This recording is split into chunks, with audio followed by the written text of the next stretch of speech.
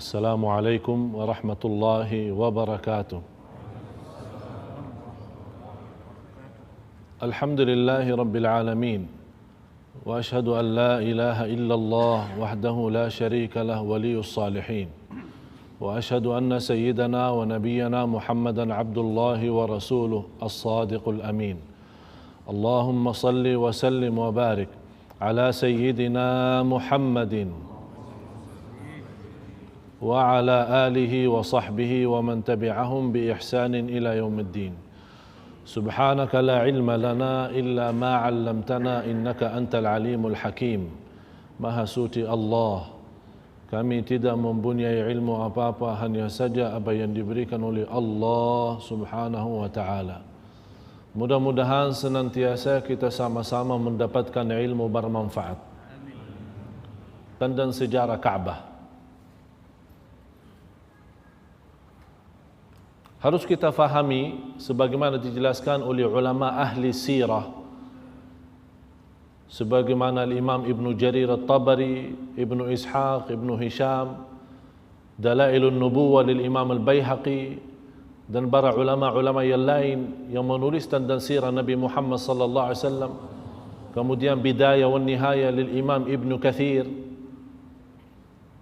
Pertama, yang membangun Ka'bah itu, atau istilah lain, Ka'bah itu pernah dibangun 10 kali.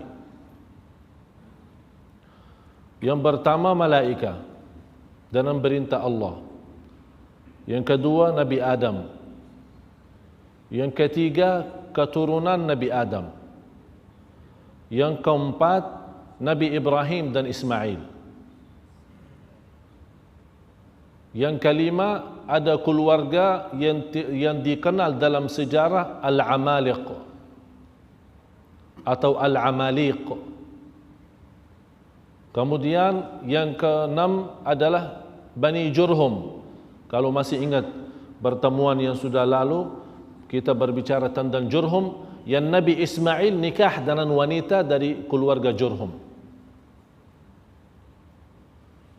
Yang ketujuh adalah Qusay ibn Kilab, yang termasuk salah satu kakeknya Rasulullah sallallahu alaihi wasallam. Masih ingat nama itu? Lupa nama Rasulnya. Muhammad ibn Abdullah ibn Abdul Muttalib ibn Hashim ibn Abdi Manaf ibn Qusay ibn Kilab.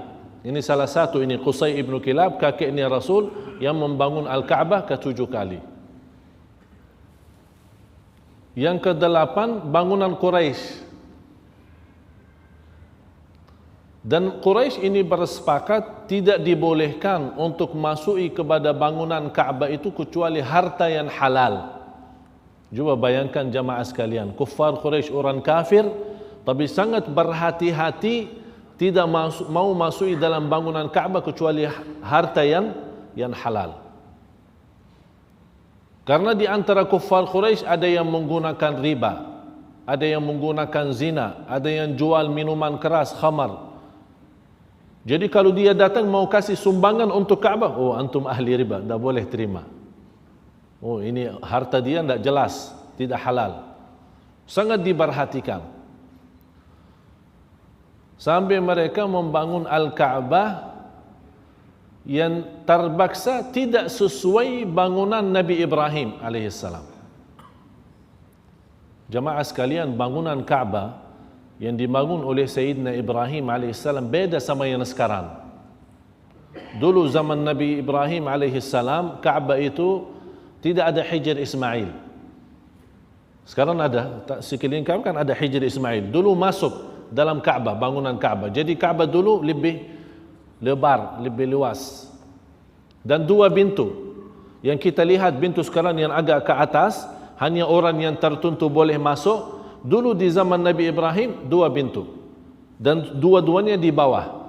Satu masuk dari Hajarul Aswad, dan boleh orang-orang semua umat Islam masuk salat di dalam, terus keluar dari seberangnya lewat. Tapi begitu datang zaman Quraisy, karena harta yang terkumpul, modal untuk membangun Al-Ka'bah itu tidak mencukupi untuk membangun sesuai bangunan Sayyidina Ibrahim. Akhirnya terjadi seperti ini. Nanti saya akan jelaskan hadisnya. Quraisy sesudah membangun Al-Ka'bah sudah hampir jadi, tinggal hanya mengangkat Al-Hajarul Aswad di tempatnya.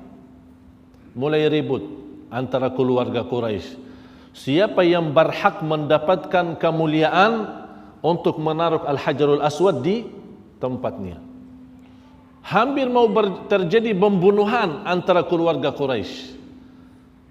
Sampai ada seorang tua, ahli hikmah, orang hakim, orang dewasa, orang faham, menyampaikan kepada keluarga Quraisy, jangan gara-gara Hajarul Aswad akhirnya menjadi banyak kurban.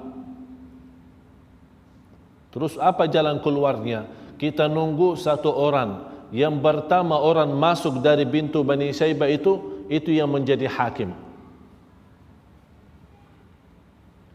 Belum selesai masalah ini, yang masuk lewat pintu itu siapa? Muhammad sallallahu alaihi wasallam. Langsung semua keluarga Quraisy, as-sadiqul amin, as-sadiqul amin, orang yang jujur dan amanat. Kita sudah terima apa yang dia utuskan sebagai dia hakim, kita terima. Ini belum dibahas, belum dibicarakan. Dia langsung sudah dari awal sudah terima, karena yang datang adalah Muhammad SAW. Dikenal. Umur Rasulullah SAW waktu itu 35 tahun. Rasulullah SAW mengambil rida macam pakaian ihram, ditaruh dan diangkat Al-Hajarul Aswad. Di setiap bagian disuruh kabilah-kabilah, pemimpin kabilah ambil bagian dari ihram itu. Kemudian Rasulullah sendiri mengangkat, taruh di tempatnya. Ini sebuah kejadian agar terbukti kuffar Quraisy sangat percaya yang namanya Muhammad sallallahu alaihi wasallam. Sangat percaya. Malah sudah dikenal namanya As-Sadiq Al-Amin, orang yang jujur dan amanat. Sallallahu alaihi wasallam. Dan sudah pertemuan yang lalu berapa kali kita sampaikan bagaimana keluarga Quraisy dan keluarga Arab sangat mengagungkan Al-Ka'bah.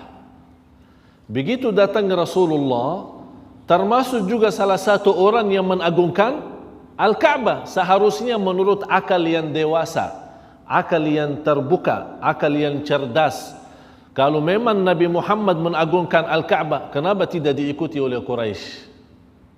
Karena Quraisy mengagungkan Al-Ka'bah. Kalau Nabi Muhammad memusuhi Al-Ka'bah, wajar kalau mereka tidak berislam. Tapi kenapa sama-sama mengagungkan Al-Ka'bah, tapi mereka tidak mau menerima dakwah Rasulullah SAW? Itu yang namanya bukan buta mata, tapi buta hati.